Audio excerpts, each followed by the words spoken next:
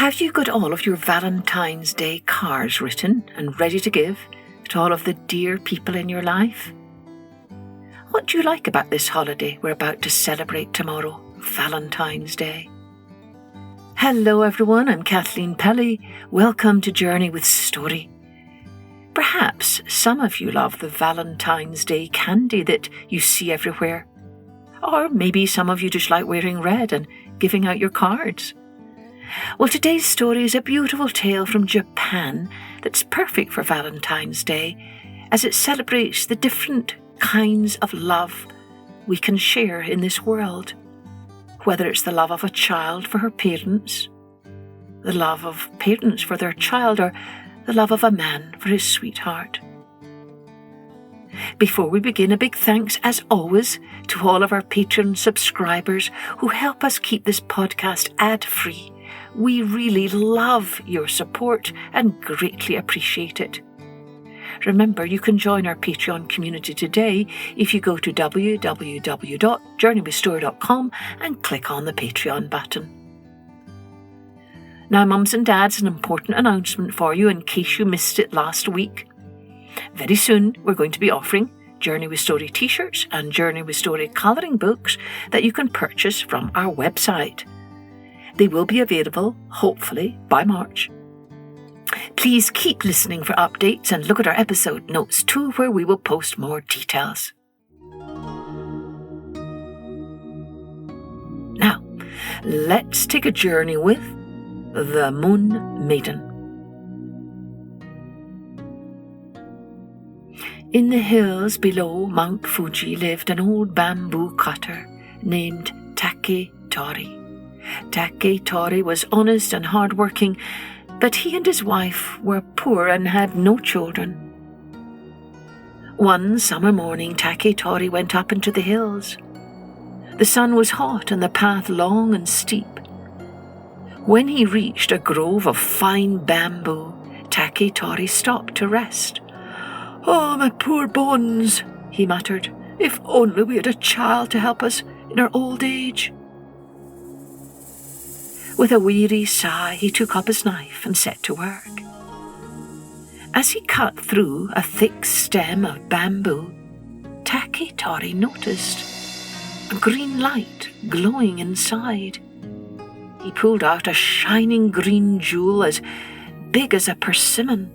Taketori held the glittering jewel in his hands, and as he did so, it cracked in two and out stepped a tiny young girl in a dress of green silk. "Greetings, Taketori," she said. Taketori was speechless, for he knew she must be a fairy. "May I live with you and your wife for a while?" asked the fairy. He imagined how happy his wife would be. "But our cottage is only a humble dwelling," he said. The fairy told him to close the green jewel and then open it again. And when he did so, it was filled with gold coins. Taketori took the fairy home, and his wife wept with joy to have such a beautiful child. The old couple named the fairy the Lady Beaming Bright.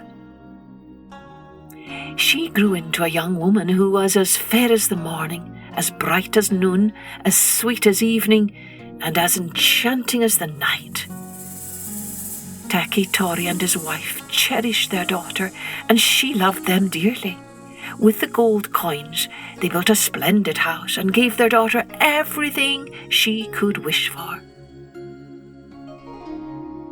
News of Taketori's enchanting daughter soon spread across the land, and many young men came to ask for her hand in marriage. But the Lady Beaming Bright turned each one away. "Taketori and his wife are the ones I love," she would say. "My home is with them."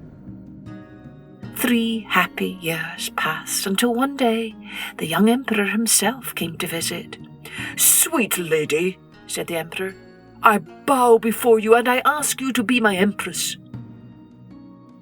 The Lady Beaming Bright gazed into the emperor's loving eyes and tears fell upon her soft cheeks. "Oh, my lord, that I cannot do," she said sorrowfully. "But why not?" asked the emperor, for he saw at once that she loved him too. "Before long you shall understand," she replied. In the days that followed, the Lady Beaming Bright grew sad. Although the emperor often came to visit, she wouldn't stir from the garden where she sat thoughtfully during the day and gazed at the moon and stars at night. One evening, as the old couple and their daughter sat in the garden with the emperor, Taketori noticed the full moon seemed far brighter than usual.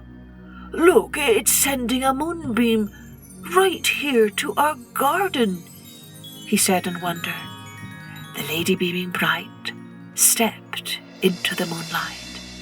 "You are right, dear Taketori," she said. "It is the path to bring me home, for my father is the king of the moon. He sent me away for disobeying him, and now it is time for me to return. But my heart is heavy with sadness at parting from you."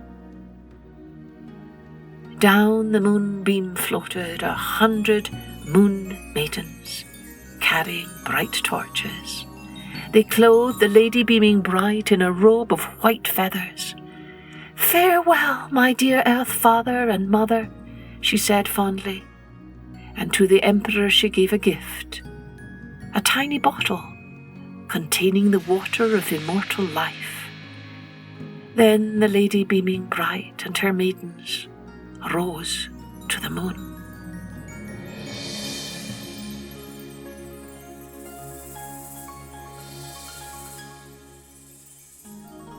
Taketori and his wife kept the green jewel and cherished the memory of their fairy daughter until the end of their days.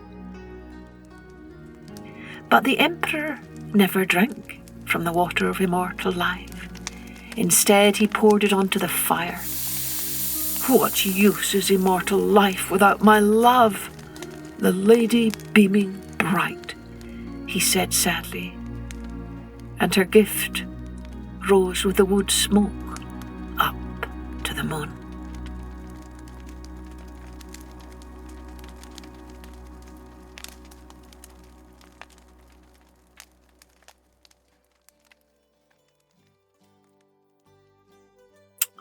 Oh, that ending was a little bit sad, wasn't it? But the story did show how much love all the characters had for each other, and I'm sure it painted some lovely images in your mind. Do get busy drawing and send us your masterpieces on Instagram, or you can go to www.journeywithstory.com and click on the contact page there to download it. Cheerio then. Join me next time for Journey with Story.